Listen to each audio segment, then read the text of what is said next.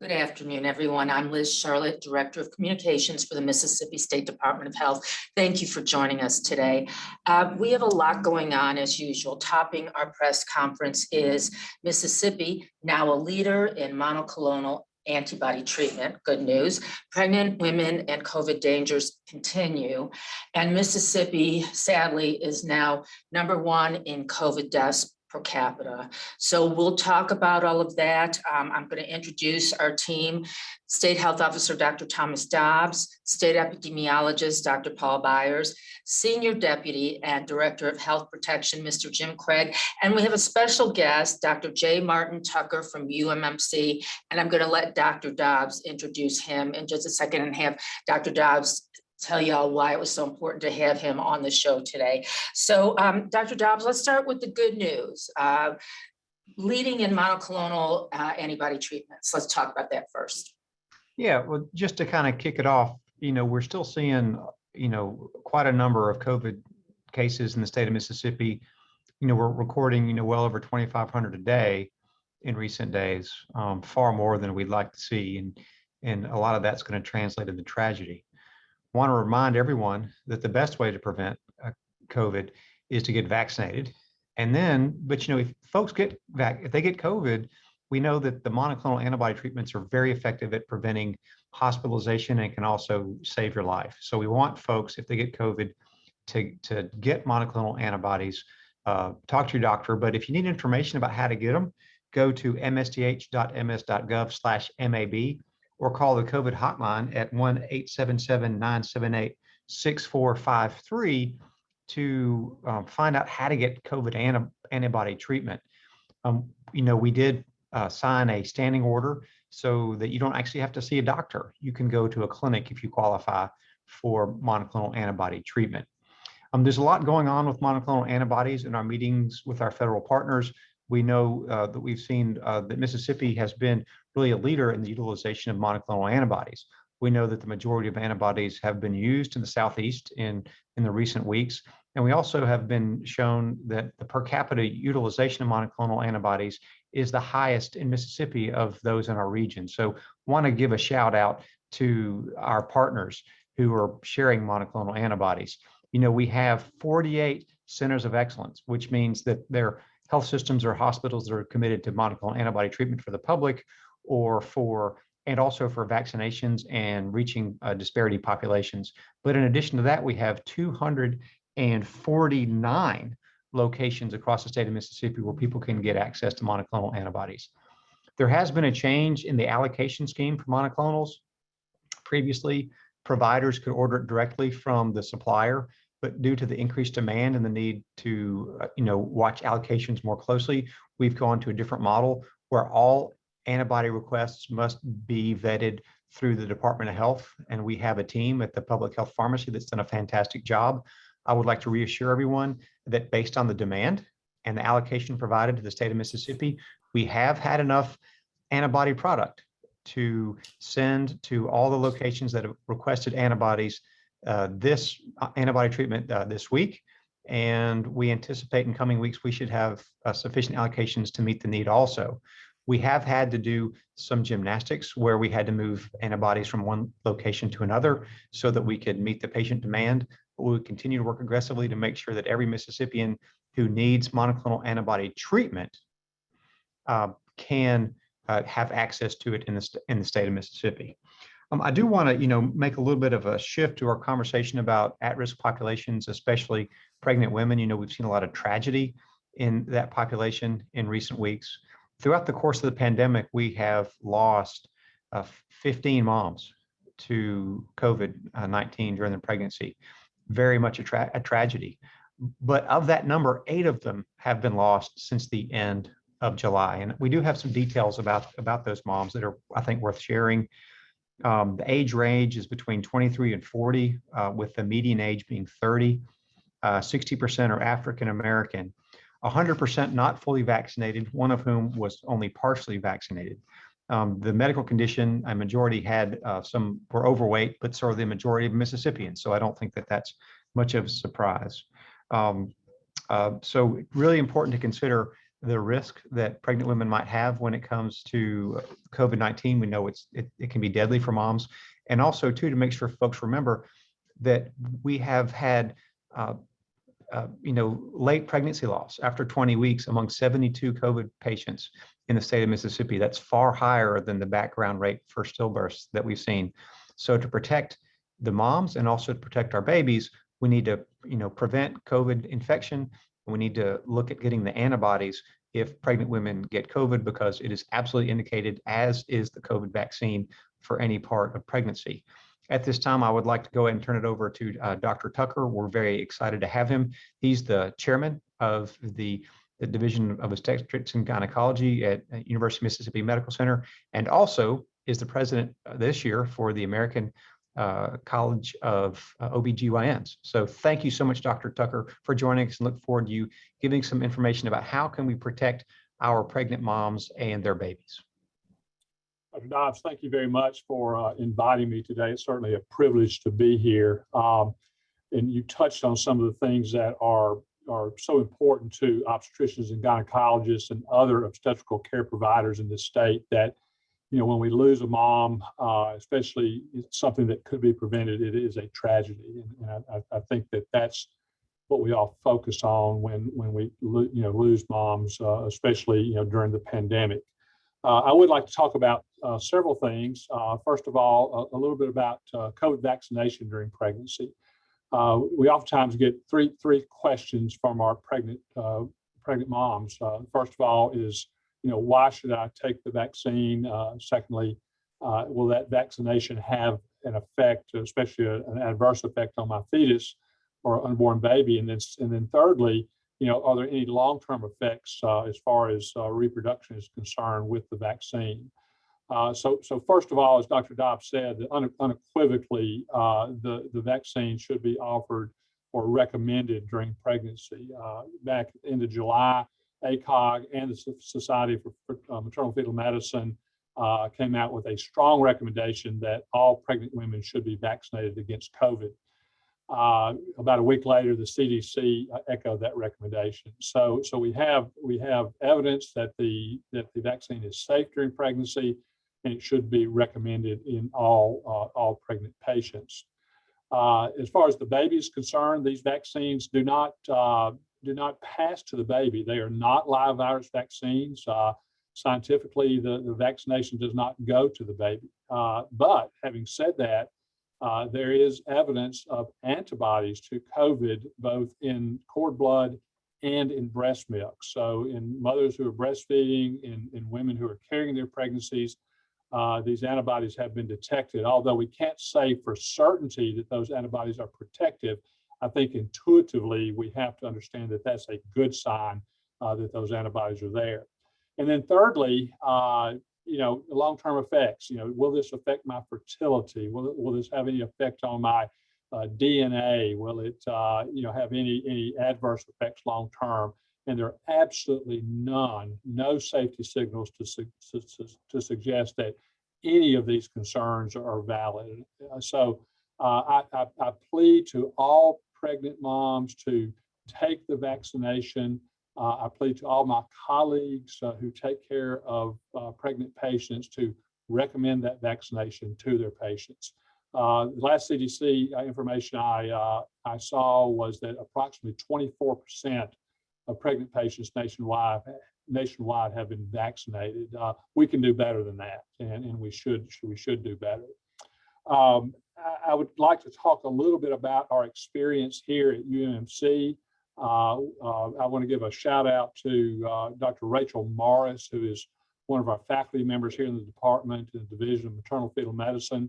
Dr. Morris has directed our OB-COVID response team since the beginning of the pandemic, and had a good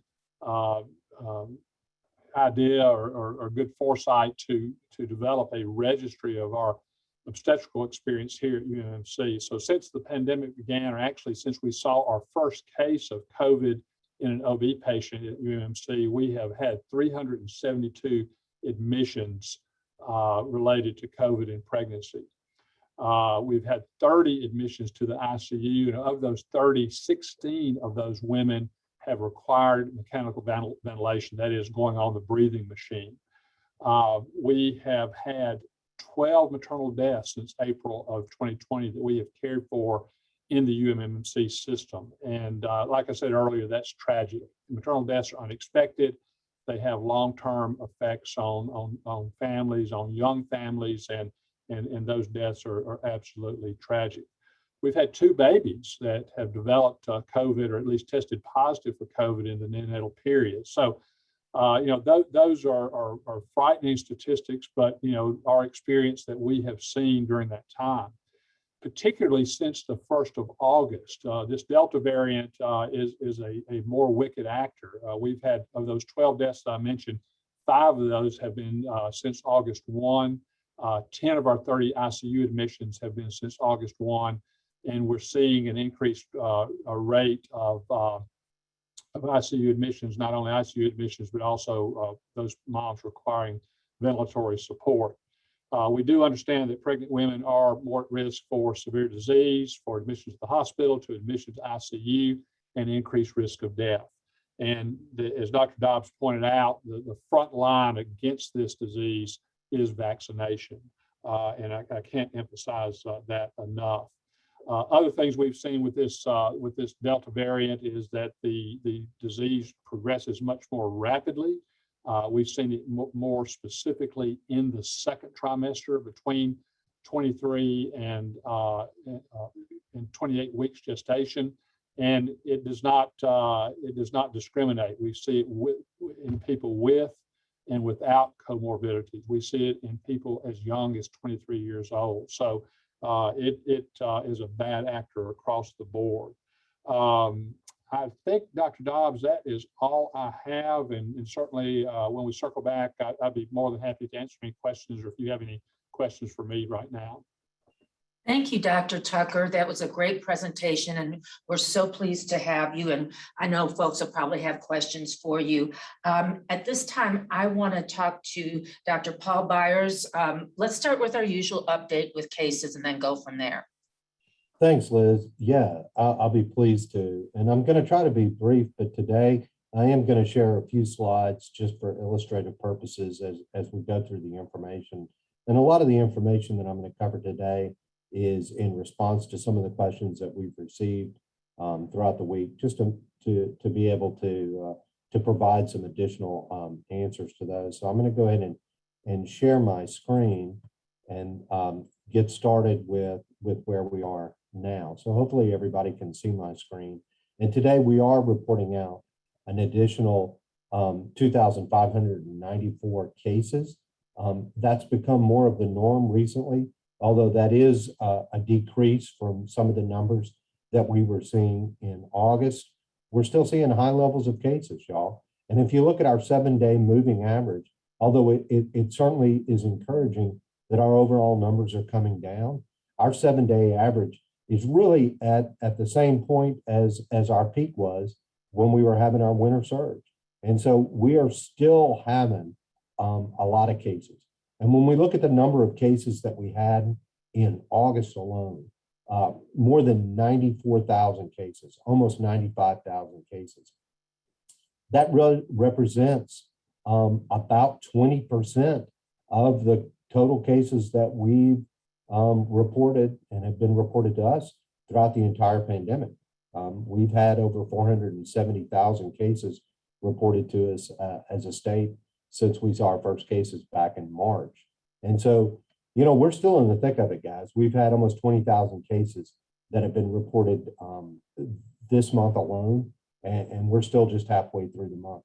So we anticipate that those numbers are going to increase at the levels of daily case reports that we're having out. When we look at our deaths, we're seeing some similar trends, but we're still having very high levels of death, guys. Even though certainly it's encouraging that our trend line is on the way down. We did have 65 additional deaths reported out today. And we've talked about this before, that our deaths usually follow a big surge in cases a couple of weeks later when we'll really start to see the deaths reported. And with that overwhelming number of cases that we had in August, we really do anticipate that we're going to be continuing to see high numbers of deaths at least for the short term. And when you look at the number of deaths that we had in August alone, it was well over 1,000 deaths. That number may continue to grow as more reports come in for individuals who may have died in August. And you can see in September, we're almost already at 350 deaths. So, overall, encouraging numbers. It certainly does look like our trends are coming down. But again, we're still at very high levels of cases and deaths. And we anticipate that we're going to continue at those high levels, at least for a while. But overall, it is encouraging. When we look at our hospitalizations, we're seeing some encouraging information as well. It certainly looks like our pediatric hospitalizations are on the decline. Our 7-day moving average with the last report was about 16 hospitalizations. And so, the pediatric numbers are moving down, and we're encouraged by that. When you look at our last report, we didn't have any children under the age of 18 who were on the ventilator or in the ICU. Remember that can change even within a given day. So those numbers are just a point in time. But again, that's very encouraging. But when we look at our numbers and proportions of hospitalizations over time, we are seeing some declines in certain age groups.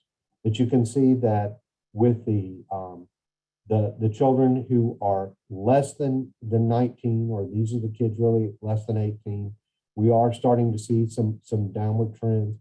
But we're seeing some increases in those numbers or proportion of cases that are hospitalized in the 20 to 29 and 30 to 39-year-old age range. We're going to have to watch that. We'll see if that trend continues. We have seen some decrease in our 50 to 59-year-old age group, but we remain high in the older folks. And it's going to be important for our older individuals to continue to get vaccinated, and certainly to access monoclonal antibodies if in fact they are infected. Again, some hospital trends. We've seen some decreases in our overall number of cases that are in the hospital at any given time. Certainly we're encouraged by these numbers. When you look at our numbers for folks on the ventilator or who are in the ICU for COVID, again, we're seeing some decreases, but we're still at overall very high levels of those. And if you look at where we were compared to our winter peak, compared to what we are now, we're still high. And so, we've still got some work to do. But one of the things I did want to share with y'all as we look at our overall trends, and this is just an illustration again, in the short term, that we are trending down in our hospitalizations, our folks who are in the ICU and our folks on the vent, just as a reminder. But I did want to share some data with you that we've published recently that indicates the mortality of an individual once they are hospitalized with COVID, once they are in the ICU with COVID, and once they're on the ventilator. So just to kind of set the ground, remember that our overall mortality rate for all comers is about 2%. So about 2% of the cases that we identify in the state are unfortunately end up as deaths. But when you get hospitalized, that's when your mortality rate really increases. And so for those COVID-19 hospitalizations, the mortality rate increased to 14.8%. For those individuals who had to be in the ICU for COVID-related illness, the mortality rate increased to 37%. But by the time you get to the ventilator, that's where we really see an impact on mortality. And that's when, what we want to avoid is, number one, folks getting into the hospital. And the best ways to do that are the ways that Dr. Dobbs outlined a second ago, and that is vaccination. And if you do become ill, access monoclonal antibodies. Those have been shown without a doubt to significantly reduce your chances of being hospitalized, the severity of illness and deaths. And so we encourage everybody to please access those as you need to. Now I want to switch gears and talk a little bit about our schools. You know, we've continued to work with schools throughout the pandemic, and we continue to meet with them regularly to provide guidance on cases in their setting, what they need to do about quarantine, what they need to do about isolation. One of the big things that we've continued to do is to set up testing and facilitate testing at schools. And so, you know, we have now over 100 schools that we've been working with, either through direct provision of tests to those schools, or have signed up to get testing through our vendor managed program. But you can see that we have had some improvement in what we're seeing in the school setting over time since the beginning of school.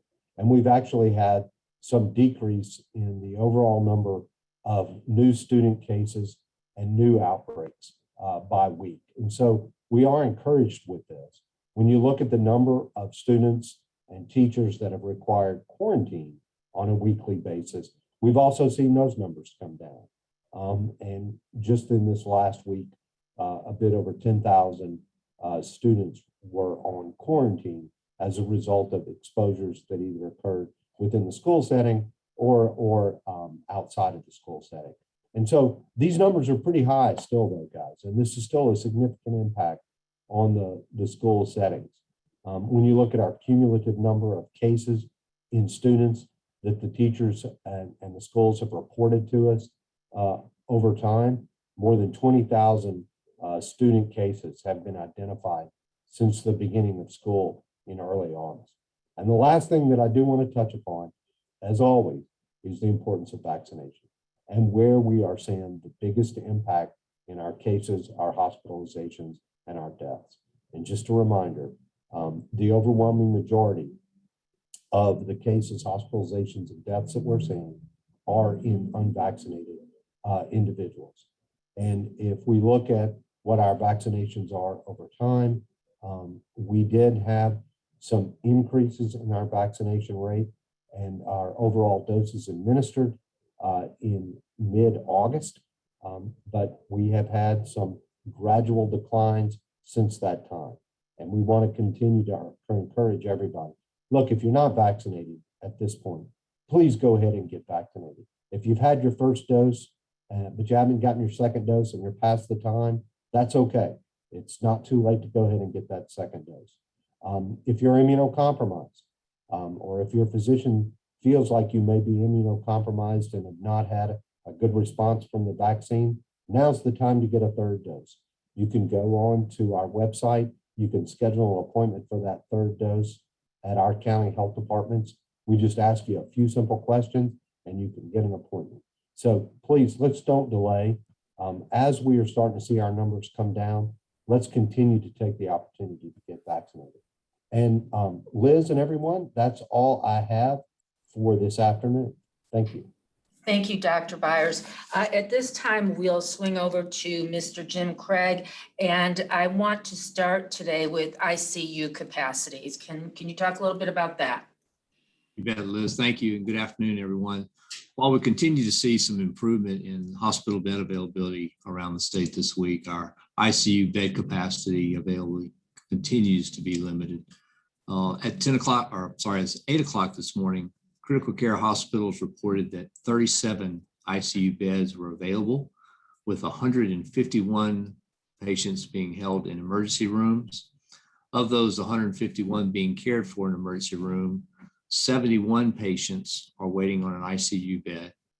Of those 71, 6 are COVID patients. So with patients still waiting on ICU beds, our ICU bed capacity still remains effectively zero in the state.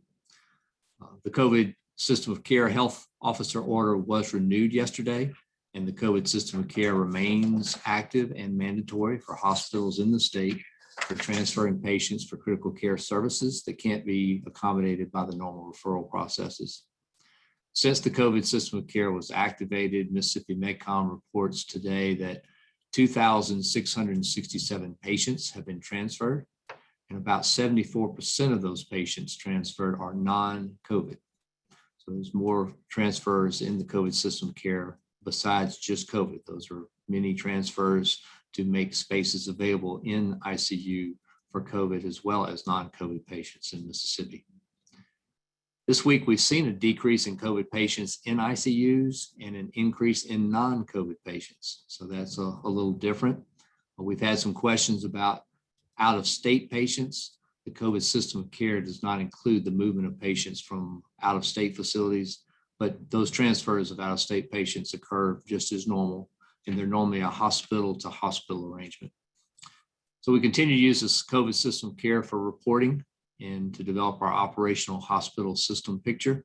And we hope to have our normal hospital reporting on ICU spaces resume in the coming weeks. As staff becomes available, our hospitals have opened more beds and ICU spaces, but still we have additional ICU capacity in some hospitals in the state that could be used. But the problem continues to be we just don't have enough staffing to operate those additional beds.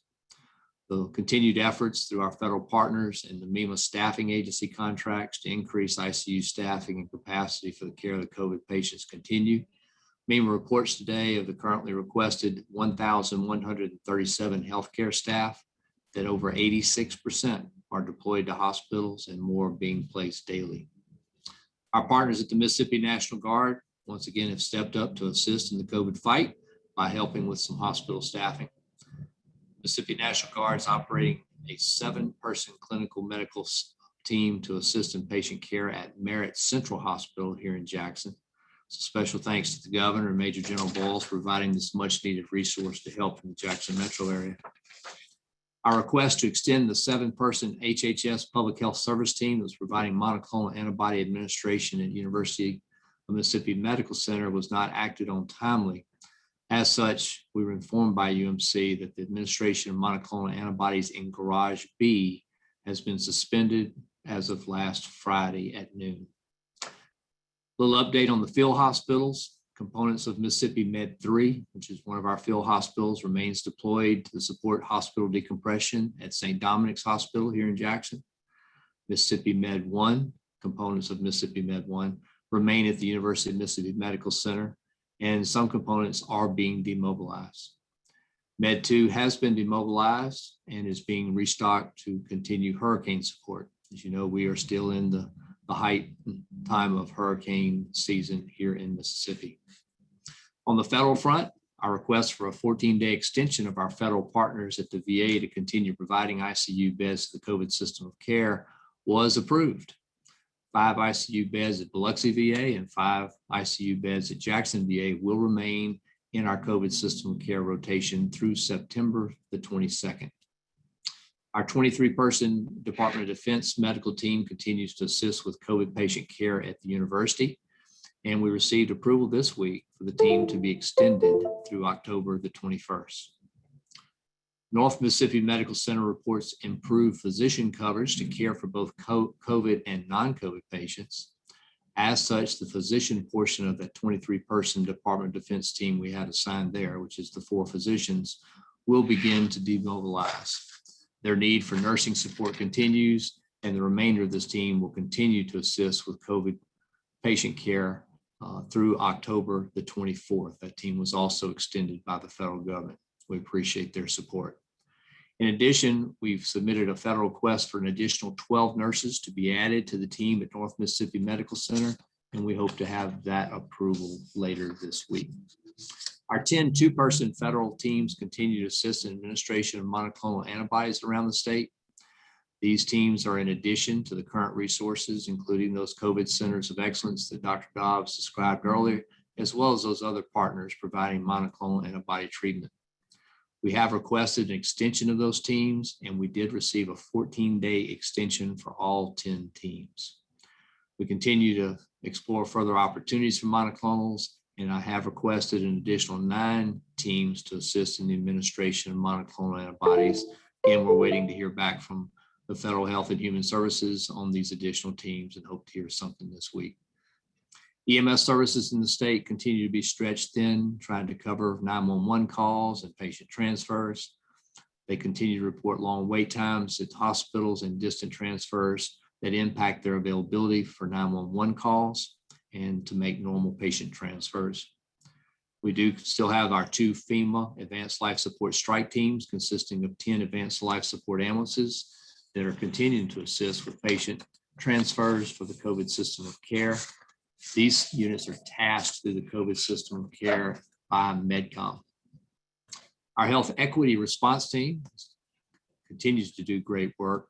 They report distributing 48,000 masks and 2,500 hand sanitizers in areas of need around the state. We are seeing a decrease this week in demand for COVID testing at state testing sites. We are hopeful that this may be an indicator that things may be improving. But to date, MSDH has provided over 440,000 COVID tests in more than 200 sites. Again, vaccination continues to be our best protection against COVID, and MSDH continues to provide vaccination in county health departments around the state on the days that our county health departments are open. Our Shots in the Shop program continues to grow. 60 barbers or salon shops are now part of the program. Many are participating in the education component of the program right now and preparing to hold their first vaccination event. You might recall this program allows barbers and stylists to provide vaccine, some educational materials and resources, as well as host vaccination events.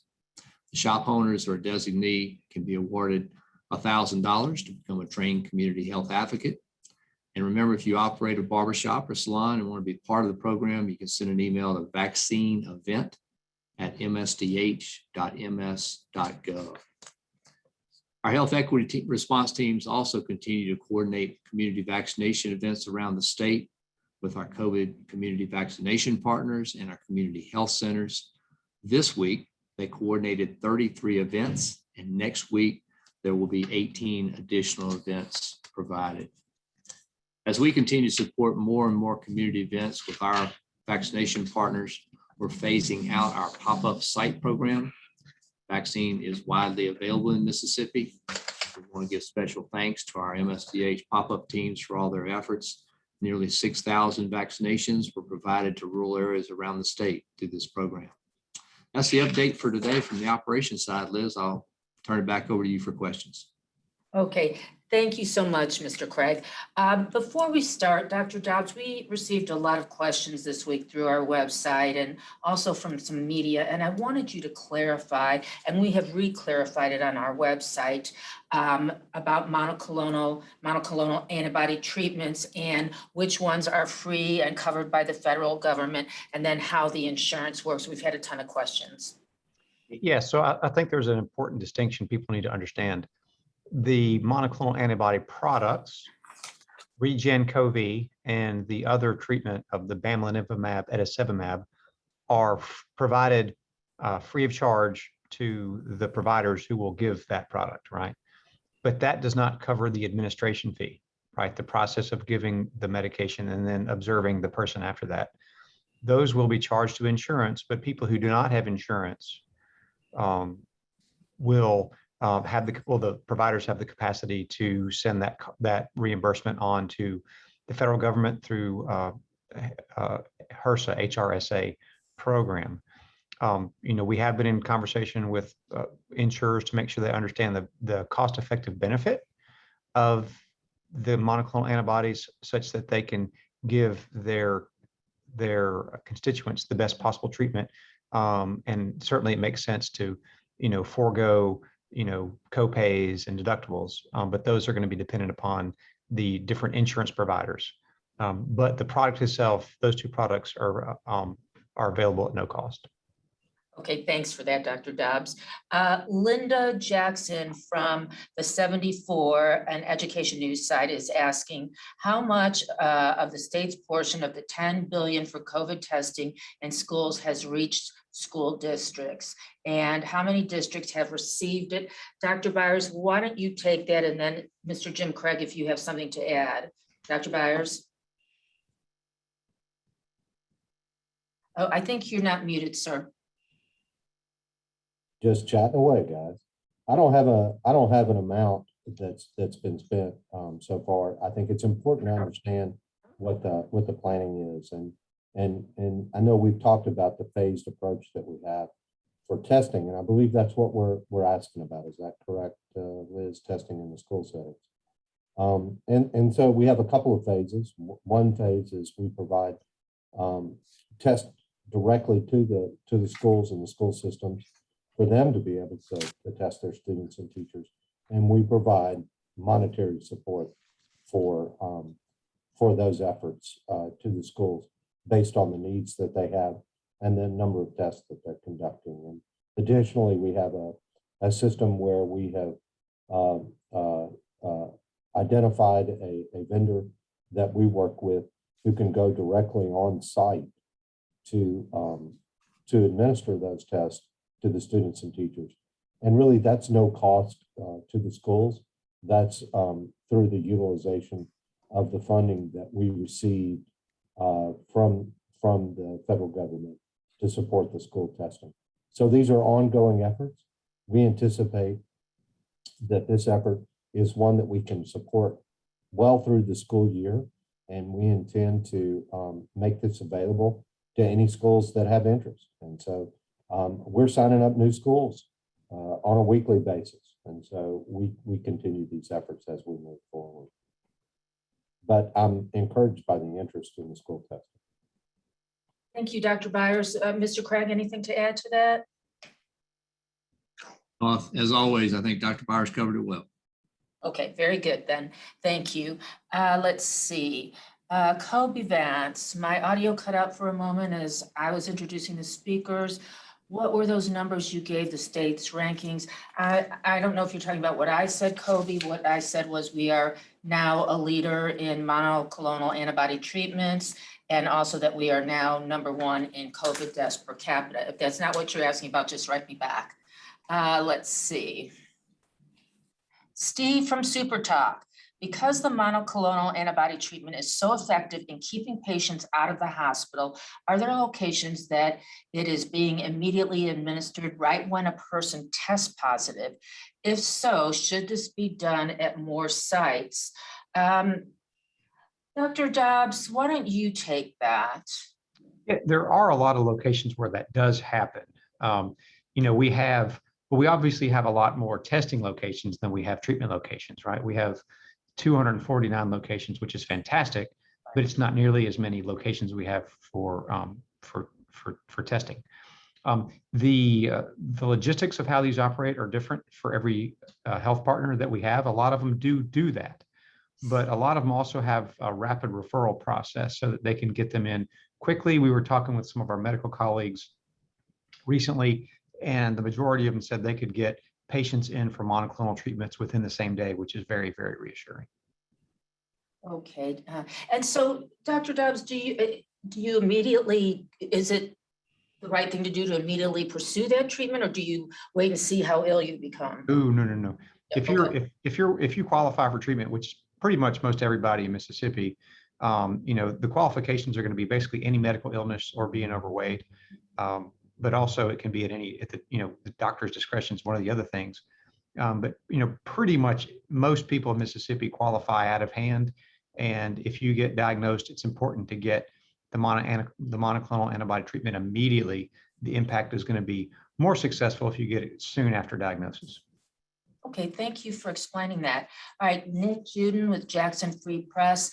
I've just spoken with some pediatric endocrinologists in Mississippi who are gravely concerned that COVID-19 is linked to an increase in pediatric type 2 diabetes through environmental triggers and pediatric type 1 diabetes through autoimmune triggers, as well as direct attacks on pancreatic tissue.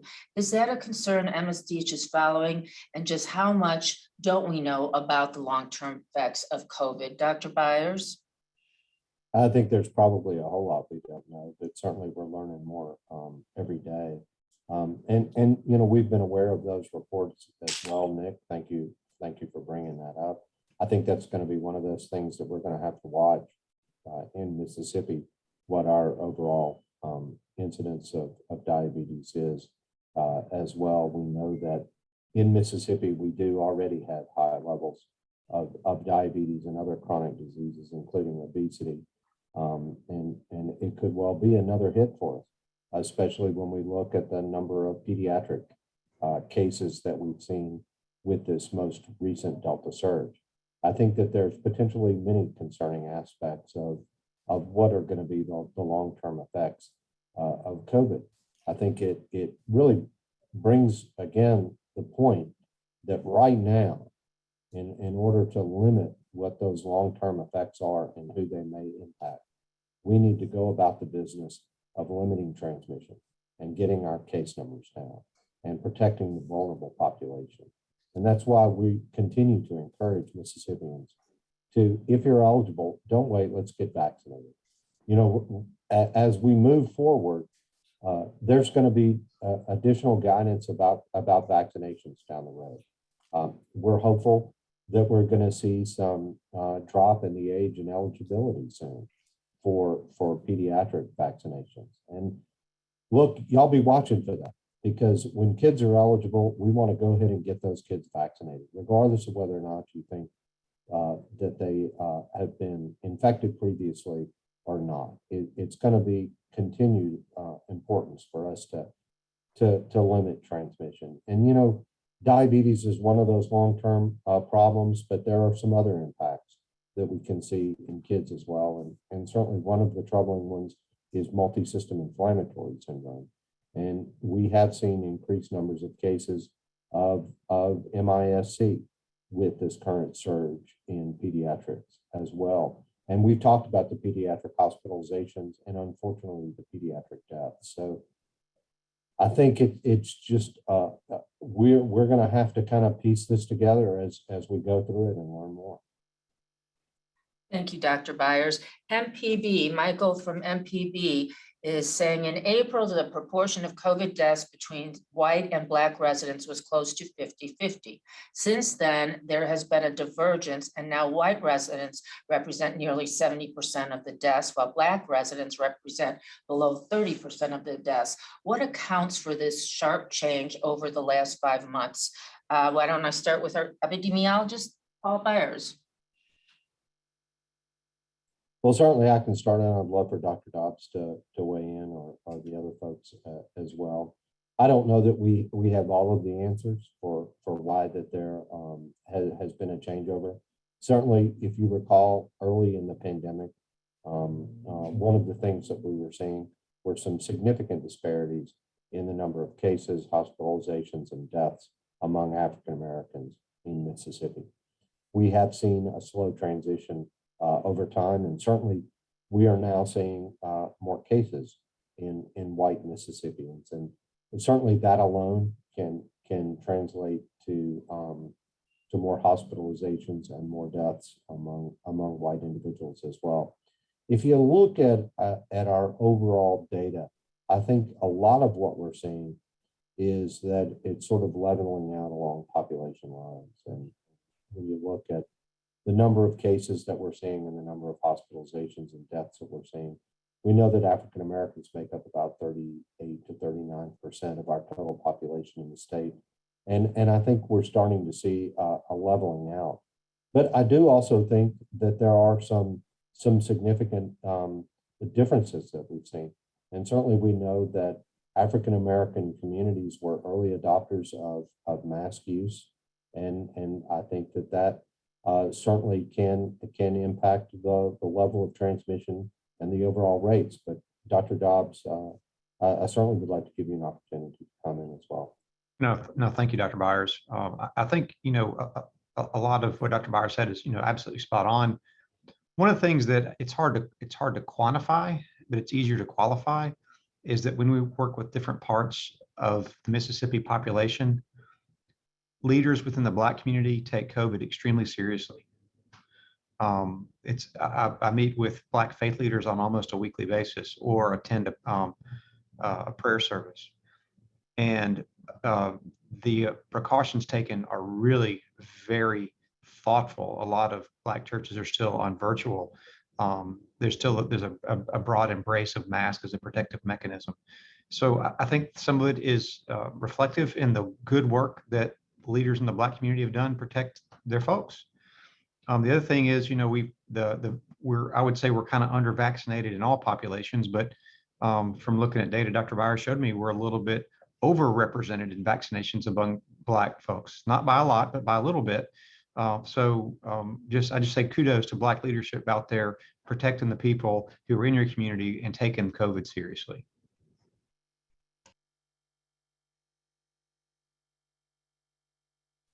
Thank you, Dr. Dobbs. The next question is from Max Bayer with CBS News. The State Medical Board has adopted language from the Federation of State Medical Boards warning that physicians could risk getting their license revoked or suspended for spreading COVID misinformation. Are you finding that many doctors and medical professionals are recommending that individuals don't get vaccinated? And what are the reasons? And how do you stifle this misinformation? I'd like to actually start with you, Dr. Tucker, on this. Have you heard from your patients anything about this?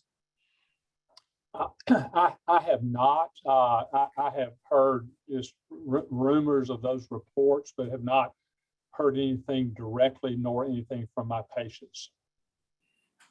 Yeah, thank goodness for that. I don't know, Dr. Dobbs, Dr. Byers.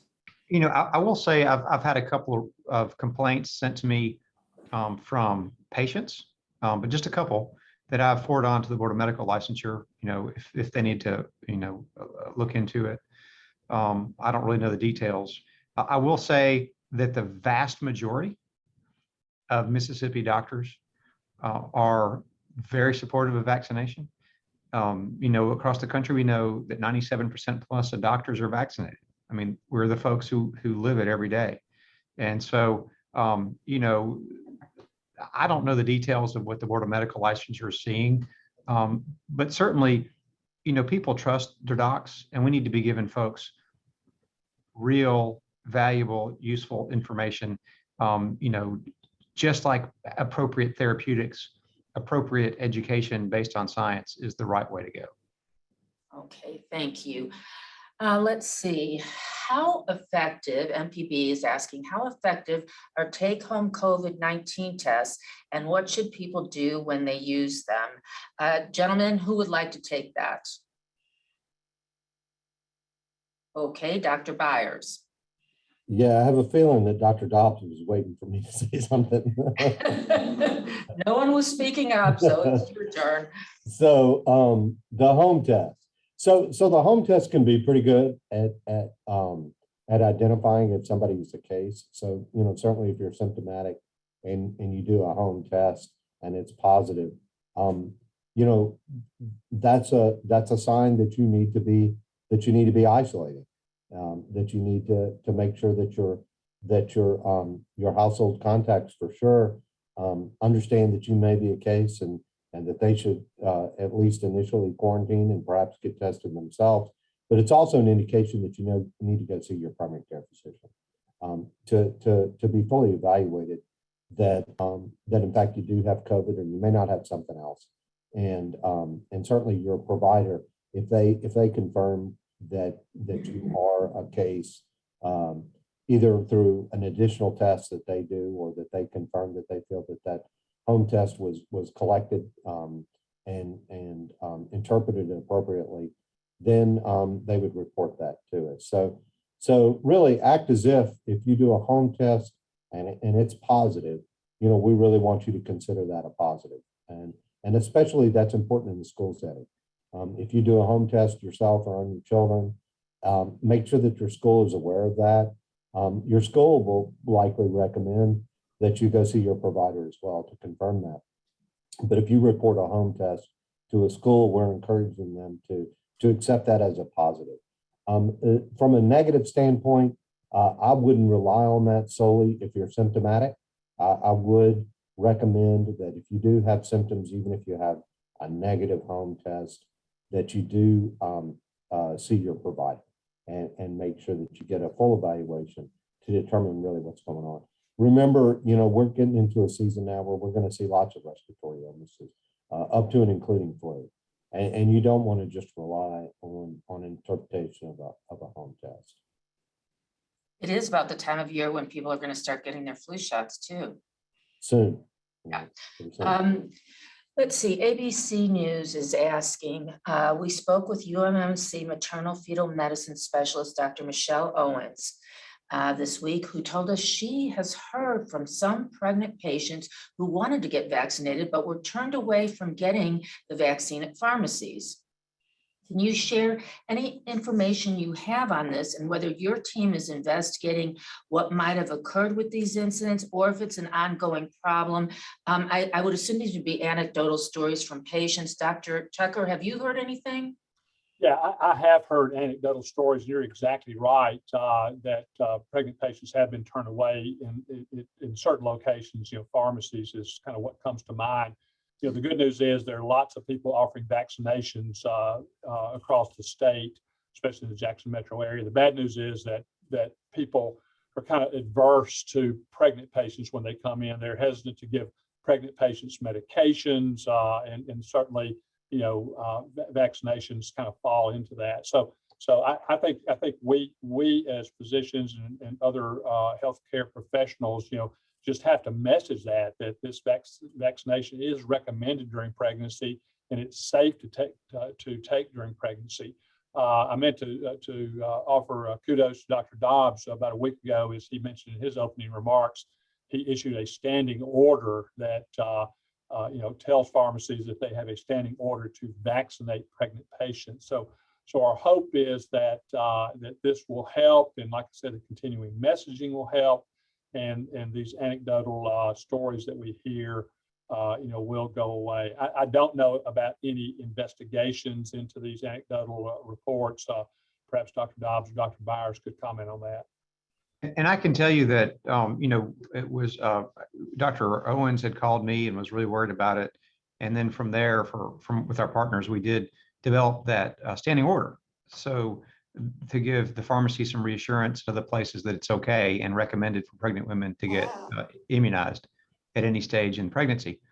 Anecdotally, from talking to some of our medical partners on our regular sort of coalition calls, they said that they have seen some improvement, but I don't have a way to quantify that. And we haven't received any personal complaints. And if we did, we would check into them. Okay, thank you to both of you. Russ Adams from WAPT. Dr. Dobbs, did you say the state has lost 72 unborn babies during the pandemic? You did say that. And did most happen during the Delta variant surge, sir?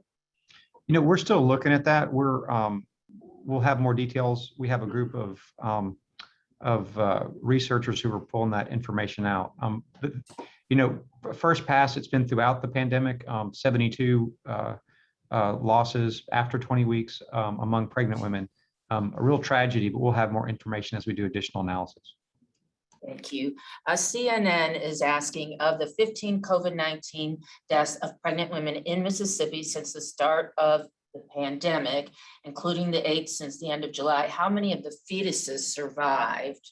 You gave some numbers, Dr. Dobbs, in the beginning. I think you touched on that. I'm not really sure. I know some of the numbers we have were from UMC's experience, and I'm not sure if Dr. Tucker would be, and UMC's really seen the majority of them because you guys are the main referral source for most of these really high risk situations. Yeah. So of the 12 deaths that I mentioned, all of the fetuses survived from those 12 moms we lost. Now, some of those babies may still well be in the ICU, and some of them were certainly severely premature. So, like Dr. Dobbs said, I think this is something we will need to look back upon, months or even years from now to see ultimately what the outcomes of those deliveries may have been. Dr. Tucker, I was reading, I think it was UMC that was saying this, that they have learned sadly to perform C-sections, immediately, as opposed to going to the surgical ward. They just are learning how to perform bedside. Yeah, and that's just kind of part of the thing that a big medical center does. I mean, these women are obviously in an ICU away remotely from a labor and delivery and from a surgical area, and in some isolated instances, it is necessary to perform a bedside cesarean delivery. I want to emphasize that is an uncommon event. Most of these women are delivered in a surgical area or on labor and delivery in the cesarean delivery operating rooms. Thank you, Dr. Tucker. Jason with CNN. Regarding the 8 pregnant women who died of COVID since end of July, the state's online chart shows only 6 such deaths from August onward, 5 in August, 5 in August, 1 in September. Therefore, are some of the 8 deaths that Dr. Dobbs mentioned not yet confirmed to have been from COVID? How many of these 8 deaths are reflected on the chart, and how many of them are yet to be charted, Dr. Dobbs? Yeah, when we first said it, we said we were investigating, and kind of what we found is the span is actually from July 25th. We've had 8 deaths, and a couple of them were double reported, and we found a couple of new ones. So the total number is 8, but it spans from July 25th onward, and we are updating the chart this week. Yeah, and if I can jump in, I think our chart right now does demonstrate 7 deaths since, including that one in July that you're discussing, Dr. Dobbs. And regrettably, guys, we did get a report of an additional death in a pregnant woman yesterday. And so this is still an ongoing and evolving tale. And certainly we'll update our website as we get additional information. Thank you, Dr. Byers. Y'all politics, of the 72 fetal deaths due to COVID-19, were those mothers unvaccinated, partially vaccinated, or fully vaccinated? Now, Dr. Dobbs, I heard you say one group was 100% not fully vaccinated. Was that the group you were talking about? That was the pregnant women. And the information that we get on vital statistics for these don't have vaccine data. That's, again, part of the analysis we're having to do. But then again, these are women who had COVID. And so we know that the vaccines have been extremely effective in this younger age group. So the presumption would be it's likely that, most or all were not vaccinated. Okay, thank you. Let's see. Dr. Dobbs, this will be you. What data are you using when you're saying the state of Mississippi is among the leaders in monoclonal antibody treatment? Yes. So I haven't seen any published national data, but we do have a phenomenal number of sites offering treatment, which is obviously great.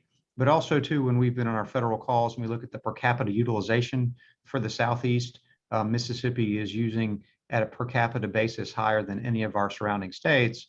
And we know that most of it's been used in the Southeast in recent weeks.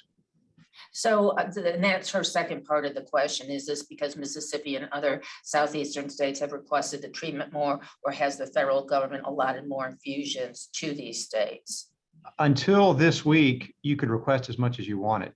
So there wasn't an allotment until this week. Okay, thank you. All right, Anthony from WLBT, are there any peer-reviewed studies regarding the efficacy of ivermectin, and where can we find them? Dr. Byers, would you like to take this? Well, I think I'm going to let Dr. Dobbs, if he doesn't mind, jump in on this one.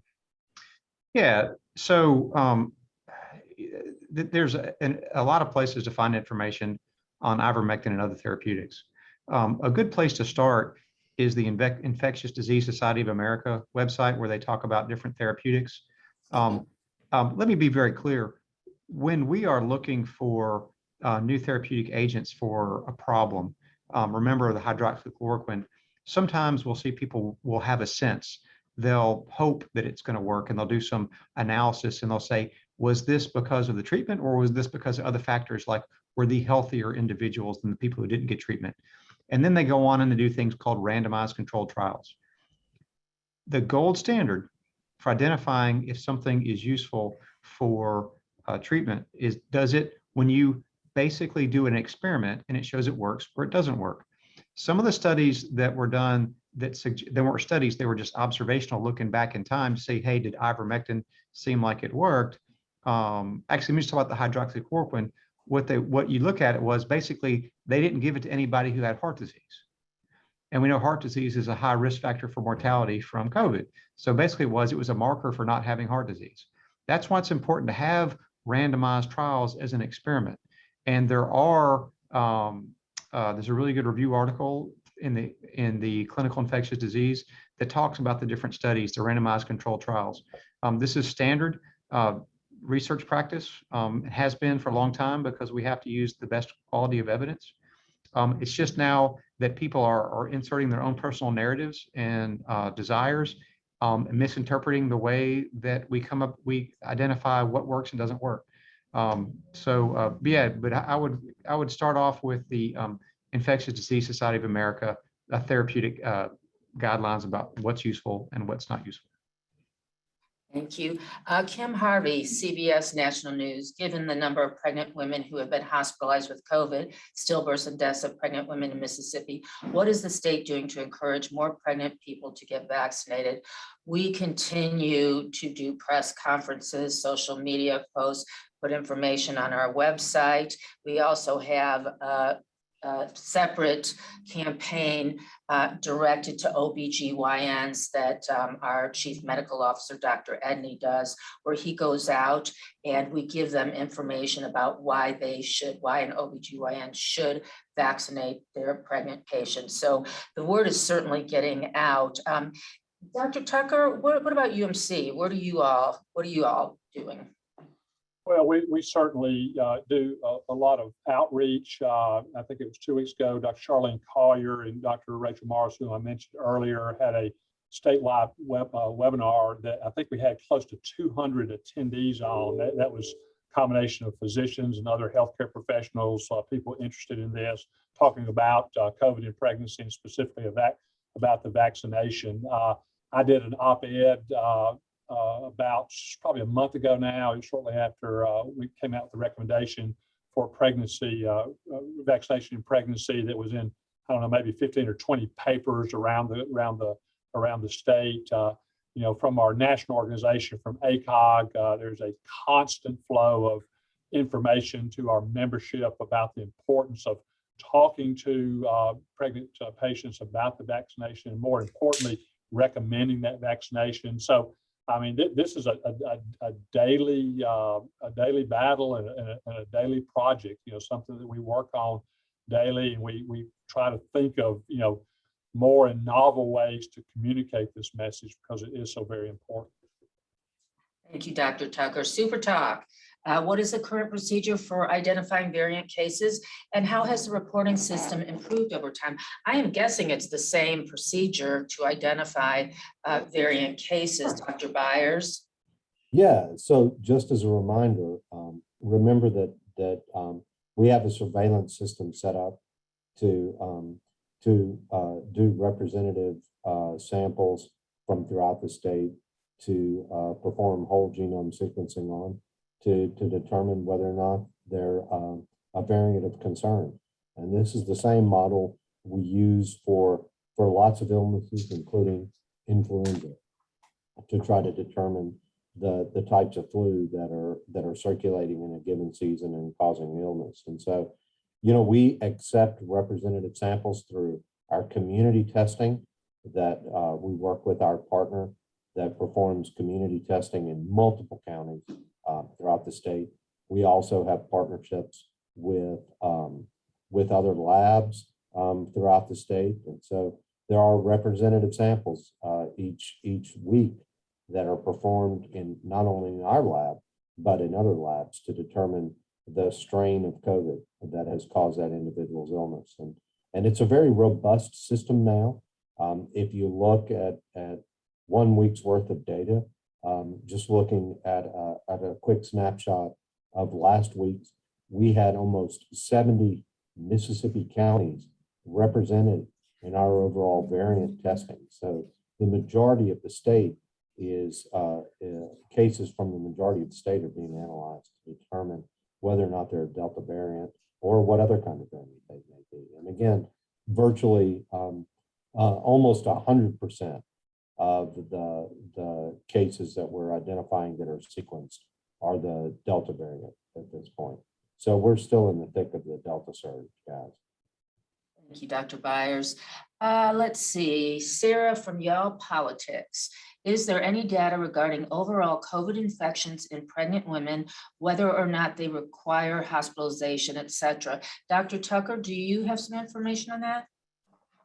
So I don't have specific information regarding, overall infections and all. We especially in the state of Mississippi, but nationwide, we understand that although pregnant women may not be any more susceptible to the COVID infection, if they get the infection, they are more at risk of severe disease, and then severe disease leads to hospitalization, to ICU admissions, and other things that I mentioned. So, that's kind of where we are right now, is that has been clear since early in the pandemic, because that was the big debate early on, was pregnancy in and of itself a risk factor for severe disease.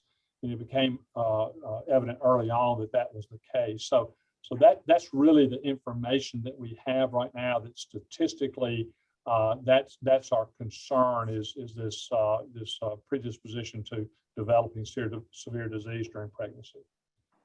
And Dr. Tucker, with all your affiliations and everything, is the sense among OBGYNs that yes, they will recommend the vaccine to their patients?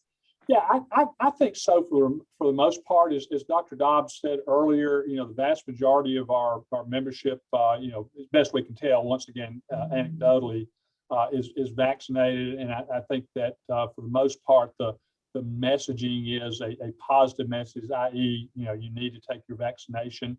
I do think that there was some hesitancy amongst OBGYNs, prior to that July recommendation from ACOG and SMFM and eventually from the CDC. Once that recommendation became a strong recommendation rather than just offering the vaccination, I think that people took heed of that and probably put on the full court press a little bit more. So I think overall, obviously there are always going to be pockets where there's going to be misinformation, disinformation, people who don't necessarily recommend or offer the vaccine. But I think overall that we have an OBGYN workforce that is strong in the recommendation for vaccination during pregnancy. I think maybe our next audience we need to work on is those pharmacies, making sure that they know they should vaccinate pregnant women. Let's see, Anthony. By comparison, how many babies typically die in a non-pandemic year after 20 weeks of pregnancy? Dr. Dobbs, did you say half that number? Could you expound on that? Yeah, so we did a comparison, and the rate of post 20-week miscarriage was twice as high in the COVID patients. I mean, we're still teasing it out, but it's way higher among the COVID infected moms. Dr. Tucker, your observations? Yeah, so one of the limitations of the registry that I mentioned is we have not done a good job of teasing out the data from our registry as far as pregnancy loss. But anecdotally, we do feel like that, at least in our experience, that the rate of fetal loss is higher in COVID and pregnancy. Thank you. Let's see, Isabel Murray with the Sun Herald. Dr. Dobbs, you said that this week the federal government was allocating monoclonal treatments to all states. Will Mississippi now have a cap on treatments? There will be an upper limit on the number of doses that we can draw down every week. There is a formula that I don't know the precise formula, but it's based on the number of cases and the number of hospitalizations. A state will then get a subset of the national supply that's available for the week. Fortunately, this week our allocation was sufficient for demand. Thus far, we have had over 6,000 orders for monoclonal product from our provider partners, but we have 8,550 doses of the Regen-CoV and about 1,000 doses of bamlanivimab, etesevimab available to us to order. The process is going to be different, where providers and clinics, instead of sending their request directly to the wholesaler, they have to send it to us, and we vet it to make sure that we have sufficient supply to draw down that from our allocated amount. We're doing good this week. We'll see how it goes in the future. But right now I want to encourage docs and patients to go ahead and get it. We do have a little bit in on the shelves in different locations, and if we have to move it from North Mississippi to the coast to make sure you have access to it, this is a priority. We want to make sure that you have the optimal success at health and survival if you get COVID. All right, thank you so much. Let's see, Jason Hanna, CNN.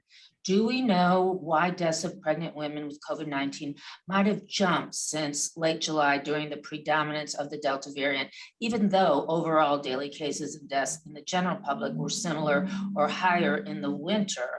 I thought we had surpassed, well, all right, has any study shown that not only does COVID-19 put pregnant women at more risk of severe disease, but also that Delta variant puts pregnant women at more risk of severe disease as opposed to previous versions? Is the Delta variant, Dr. Tucker, do we find that more pregnant women have seemed to have trouble with the Delta variant?